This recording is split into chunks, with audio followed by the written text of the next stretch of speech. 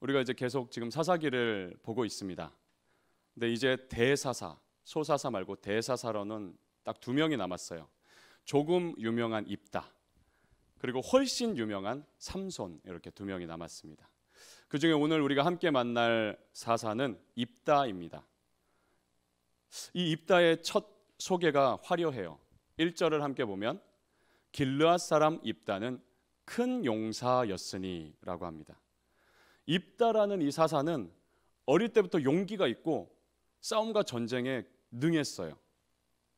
우리도 이렇게 강단이 있는 어린애 보면은 와, 나중에 크게 될 놈이네 하듯이 입다는 떡잎부터 남달랐습니다. 야구 선수로 치면 호타 준족, 삼국지로 치면 여포나 관우 정도는 되었어요. 얼마 전에 우리가 본 사사 기드온도 큰 용사라고 불렸지만 이게 소심하게 숨어 있던 기드온에게 하나님이 이렇게 선포하신 이름이었고, 오늘 만난 입다는 처음부터 큰 용사로 소개될 정도로 그 당대 사람들이 인정하는 용사였습니다. 그런데 그 다음 얘기가 숨을 턱 막히게 합니다. 1절 이어서 보면 기생이 길르앗에게서 낳은 아들이었고, 큰 용사이긴 한데 기생의 아들이었어요. 여기서 기생은 좀 더 원문대로 바꾸면 창녀입니다. 입다는 창녀의 아들이었던 것이에요.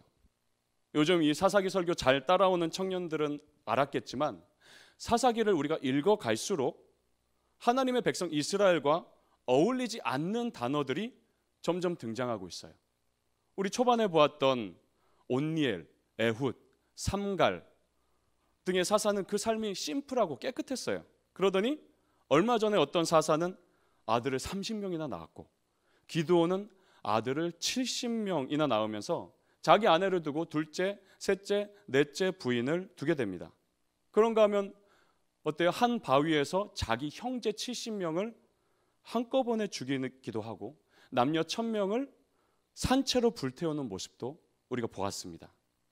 하나님의 백성이라는 이 아이덴티티와 어울리지도 않고 어울려서도 안 되는 단어들이 점점 많아지는 것이에요. 오늘 본문의 1절도 우리 가슴을 냉담하게 만듭니다. 우리가 지난주 예배 때 본 것처럼 하나님이 이스라엘의 고통을 도저히 보고만 있을 수 없었죠. 그래서 오늘 세우신 사사가 입다예요. 그런데 그런 입다가 창녀의 아들인 것입니다. 당시에 거룩이라는 하나님의 뜻이 점점 희미해져 간 것이에요.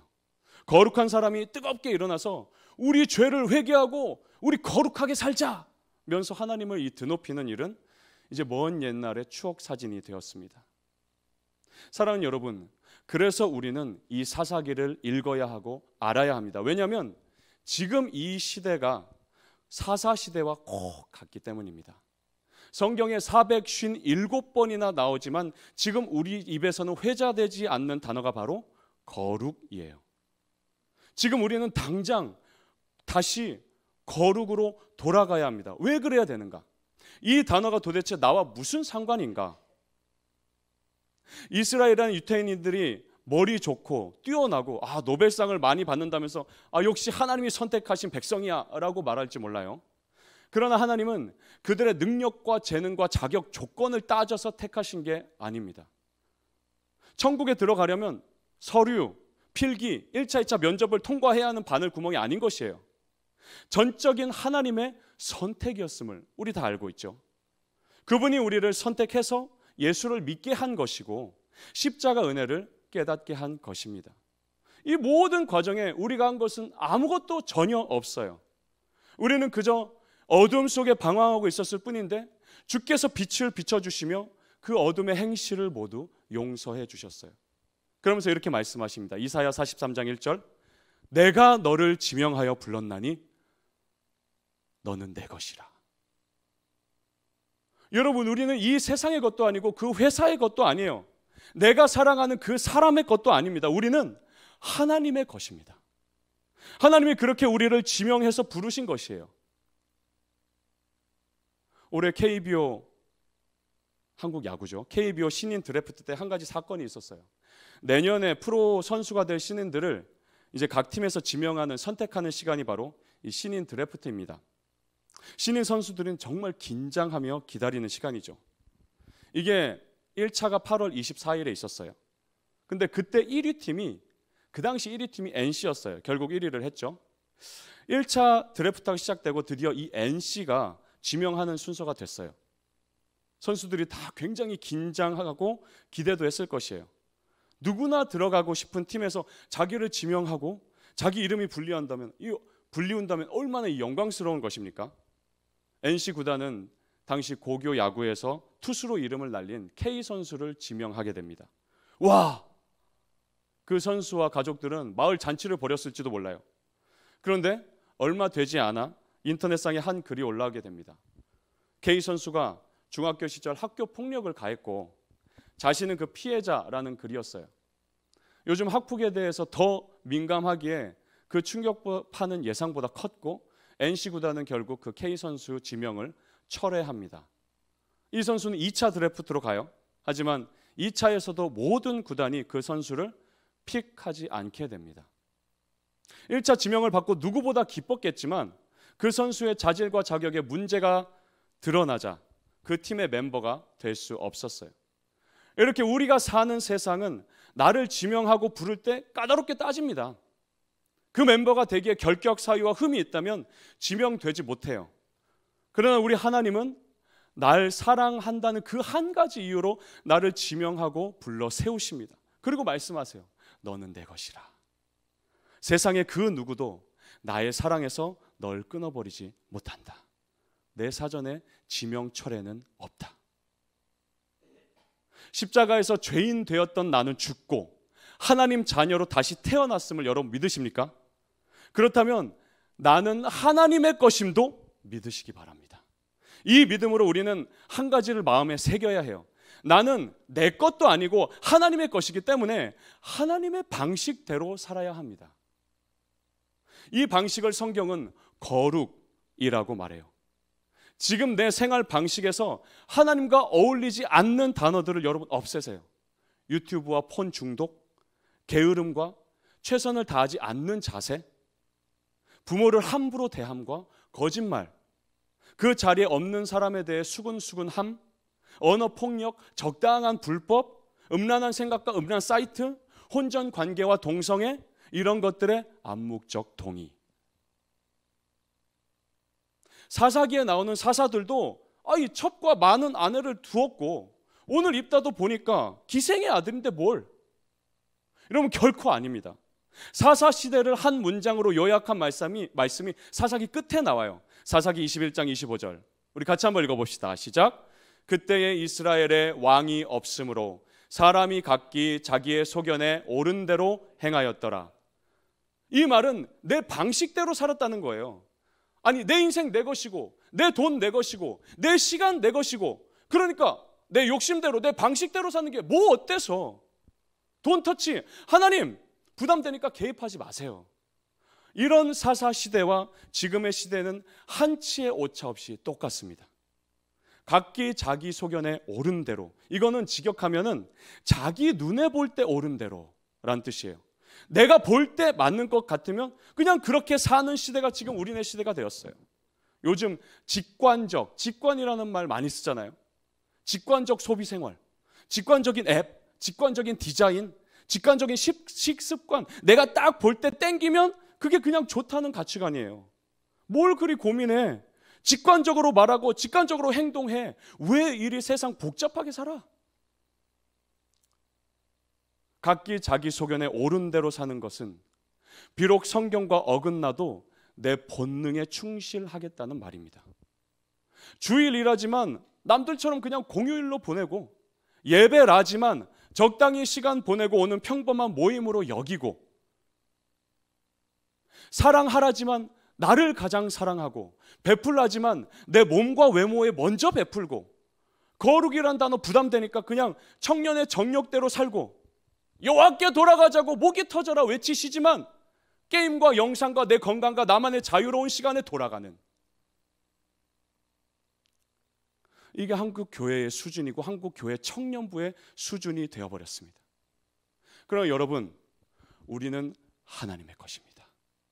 우리에게 가장 어울리는 단어는 거룩함이에요. 왜냐하면 우리 안에 거룩한 하나님이 계시고 거룩한 성령님이 계시기 때문이에요. 세상 사람들과 구별된 모습이 우리에게 가장 아름다운 모습입니다. 우리는 그냥 청년이 아니에요. 주님의 청년입니다. 주님의 것입니다. 시편 110편 3절, 주의 권능의 날에 주의 백성이 거룩한 옷을 입고 즐거이 헌신하니 새벽 이슬 같은 주의 청년들이 주께 나오는도다. 여러분, 오염된 고인물이 아니요 새벽 이슬 같은 모습입니다. 세상에 물들지 않은 아침 이슬 같은 청년이 바로 우리의 정체성이에요. 지금 이런 청년들을 찾아보기 어렵지만 우리 설린 청년부는 이 정체성을 회복하게 되기를 바랍니다. 지금 한국교회 성도됨의 기준이 현저히 낮아지고 있다고 우리도 따라가서는 안 됩니다.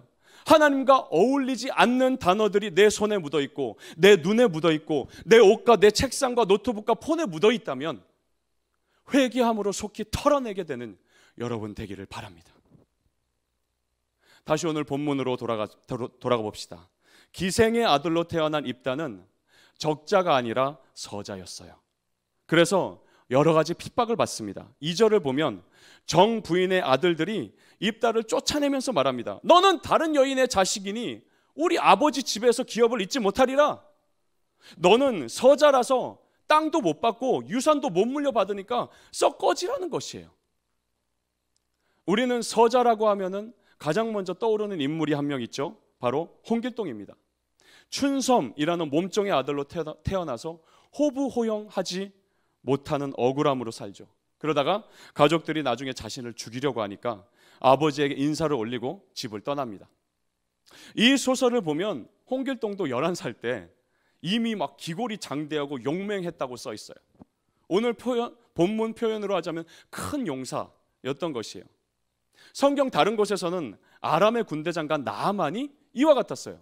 열왕기하 5장 1절을 보면 아람 왕의 군대 장관 나아만은 그의 주인 앞에서 크고 존귀한 자니 이는 여호와께서 전에 그에게 아람을 구원하게 하셨습니다. 그는 큰 용사이나 나병 환자더라. 나만 당대의 큰 용사였어요. 하지만 나병 환자였습니다. 즉 불치병에 걸려 미래가 암담한 환자였어요. 이대로 가면 결국은 군대 장관 자리에서도 가정에서도 쫓겨나야 하는 격리 대상 환자였어요.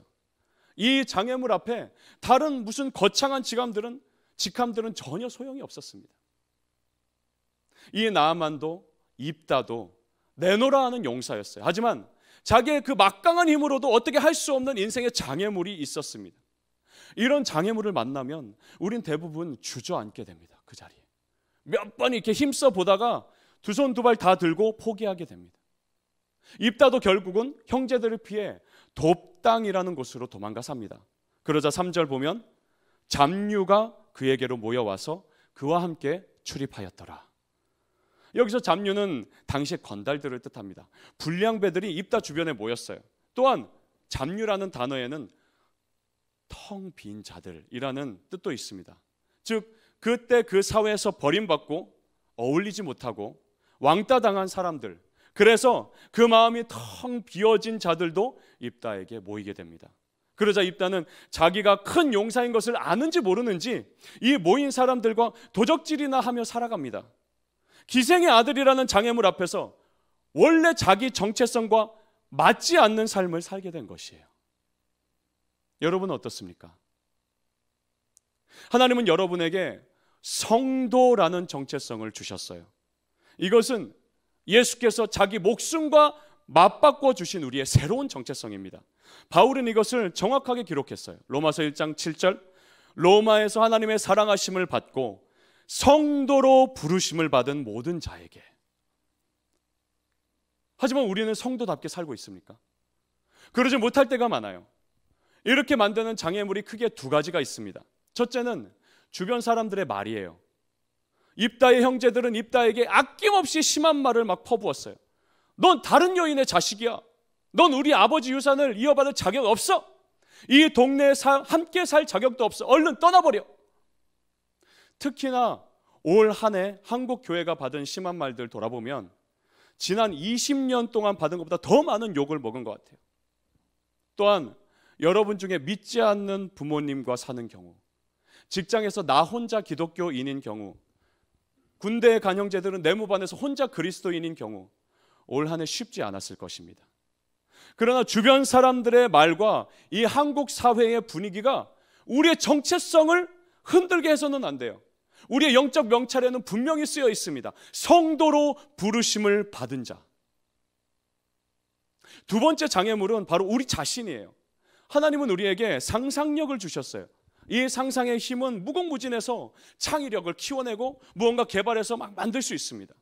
그런데 많은 사람이 이 상상력을 잘못 사용해요. 예를 들면 이렇습니다.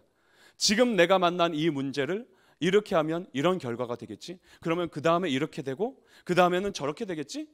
이미 일어나지 않은 일에 대해서 아주 풍부한 상상을 해보는데 대부분 부정적으로 결론이 내립니다. 그래, 아마 그렇게 될 거야. 그리고 그 일은 잘 안 될 거야. 예전에 그렇게 하다가 안 됐었잖아. 또 실패할 것 같아. 그 사람 내 얘기 안 받아들였잖아. 안 받아줬잖아. 또 해봐야 뻔하지. 이게 내 한계인가 보다.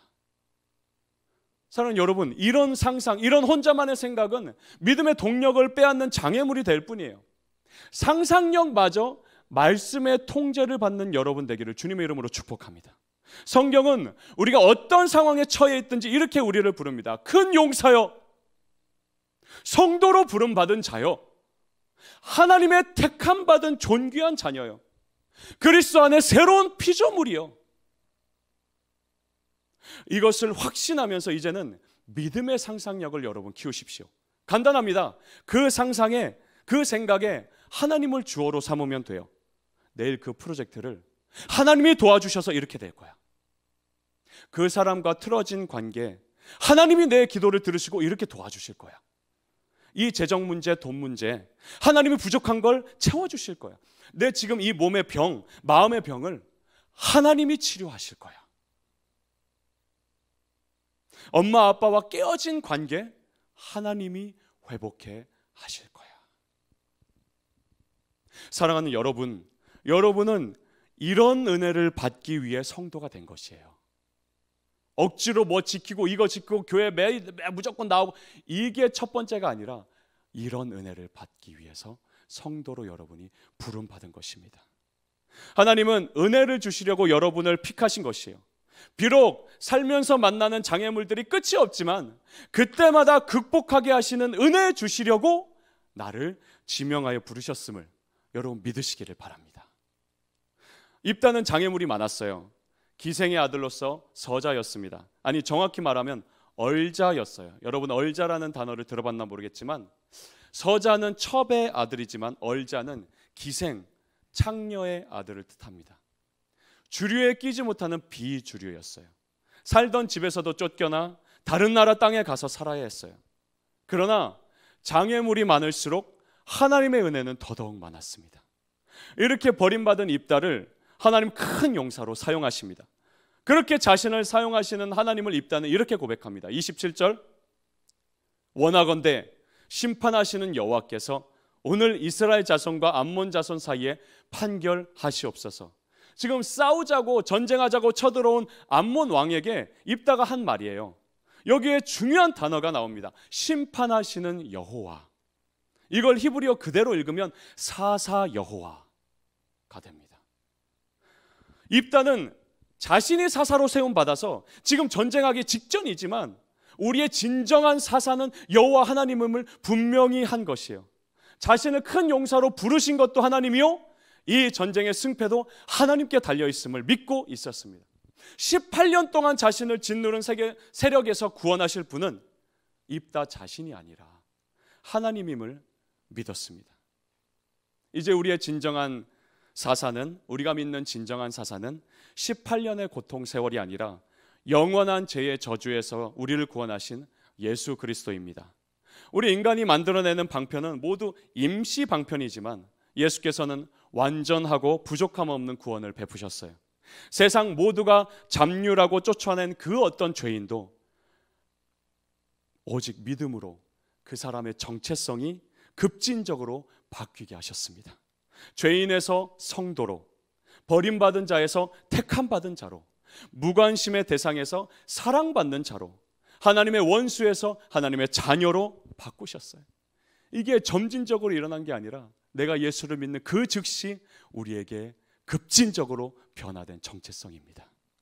요한복음 1장 12절 우리 같이 한번 읽어볼까요? 시작.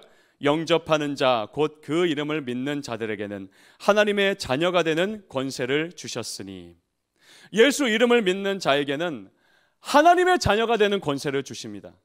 이 권세는 지금 여러분이 떠오르는 그 어떤 세상 권세자, 권력자가 누린다는 그 어떤 권세보다 가장 영광스럽고 값진 권세입니다. 몇 년을 공부해서 따내는 자격증보다도, 밤잠 못 자며 준비해 간신히 들어간다는 회사 사원증보다도, 남들 부러워할 스펙에 포함하는 여러 증들보다도 가장 빛나고 영광스러운 권세가 바로 하나님의 자녀, 하나님의 것, 하나님의 사람이 되는 권세입니다. 세상 권력 맛과 돈 맛을 마음껏 누리던 한 아저씨가 있었어요. 그러나 늘 마음 한 구석은 텅 비어있던 아저씨였습니다. 왜냐하면 사람들에게 잡류 취급을 받았기 때문이에요. 외면받는 존재로 살고 있던 것입니다. 어느 날 이 나이 많은 아저씨에게 예수님이 찾아오셨어요. 아무도 눈길 주지 않던 아저씨에게 예수님은 사랑의 눈길로 나무 위를 올려보시며 부르십니다. 누가복음 19장 5절 6절 예수께서 그곳에 이르사 쳐다보시고 이르시되 삭개오야 속히 내려오라. 내가 오늘 너의 집에 유하여야 하겠다 하시니 급히 내려와 즐거워하며 영접하거늘. 사는 게 즐겁지 않던 삭개오가 예수님을 만나 즐거움을 알게 됩니다. 날 선택하신 하나님의 은혜를 알게 되자 기쁨이 몰려옵니다. 삭개오는 예수님을 통해 내가 택함받은 존귀한 하나님 자녀임을 믿게 됩니다. 그러자 그 전에 누리던 권세와 돈맛을 내려놓습니다. 그리고 하나님 자녀의 권세를 즐기며 살게 됩니다. 예수님은 여러분도 이 권세를 즐기게 되기를 바라십니다. 여러분, 당장 내일부터 아침에 눈 뜨면 가장 먼저 이렇게 기도하십시오. 하나님, 오늘 하루도 하나님 자녀로 살 수 있게 해주셔서 감사합니다. 오늘도 이 권세를 누리며 즐기며 살게 해주세요. 하나님, 저를 큰 용사로 불러 세우셨는데 인생의 장애물 앞에서 이 정체성을 잃고 살지 않도록 오늘도 붙들어 주세요. 사랑하는 설린 청년 여러분, 지금 여러분 앞에 놓인 장애물이 무엇입니까? 때로는 정말 크고 무거운 장애물이 눈앞에 놓일 때도 있습니다. 이 또한 지나가리라는 어설픈 기대감으로 그저 시간이 해결해 주기를 기다리기도 합니다. 그러나 여러분, 나는 하나님의 것이요 하나님의 큰 용사, 다시 말해 믿음의 용사라는 신앙의 절개가 있다면 하나님이 친히 내 인생의 사사가 되셔서 내 모든 출입과 호흡을 지키시고 인도하실 것입니다. 우리 이 믿음으로 같이 오늘 좀 이 시간에 통성으로 기도하는 시간을 갖도록 하겠습니다. 먼저는 주님, 내가 청년의 정욕을 따라 살지 않고 거룩한 청년으로 살게 하여 주옵소서. 두 번째는 예수 십자가 은혜로 하나님 자녀된 권세, 하나님의 것이라는 정체성이 굳건하게 하여 주시옵소서. 세 번째는 내 소견에 옳은 대로 내 방식대로 살지 않고 하나님의 방식으로 살며 작은 선택 앞에서도 하나님의 뜻을 묻는 성숙한 사람 되게 하여 주시옵소서. 우리 이 세 가지를 위해서 이 시간 같이 한번 기도하도록 하겠습니다.